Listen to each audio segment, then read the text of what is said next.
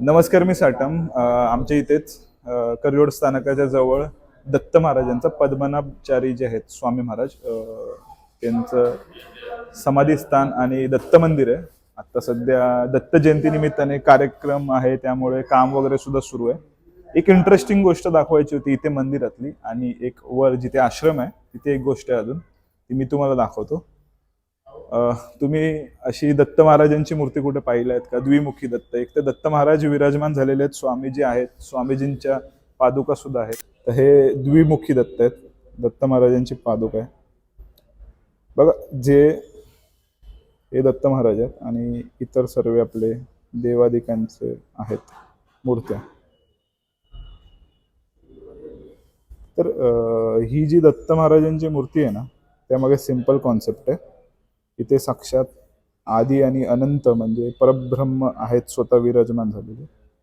मग जे बाकीचे दोन अंश म्हणजेच कोण, तर विष्णू आणि महेश. म्हणजे विष्णू म्हणजे या जगाचा चालक आणि महेश म्हणजे महादेव. या दोघांचं रूप इथे आहे. तर असं भन्नाट मंदिर आहे.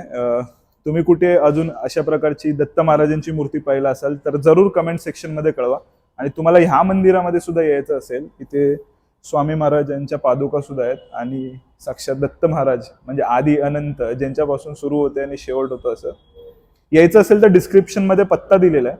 आणि एक प्रश्न जो मला कायम होता, त्याचं उत्तर मला या मंदिरामध्ये भेटलं. अख्खं जग ढुंढळून आल्यानंतर आपल्याच इथे ह्या प्रश्नाचं उत्तर मिळतं. इतकी भन्नाट गोष्ट माझ्याबरोबर घडली. ते म्हणजे बघा, शंकर आणि पार्वती यांचे पुत्र कोण, तर गणेश. मग शंकर आणि पार्वतीच्या लग्नामध्येच कशा प्रकारे गणेश पूजन झालं होतं? म्हणजे आई वडिलांच्या आधीच मूल जन्माला आलं. ह्या बाबतीतला प्रश्न मला पडला होता की असं कसं होऊ शकतं.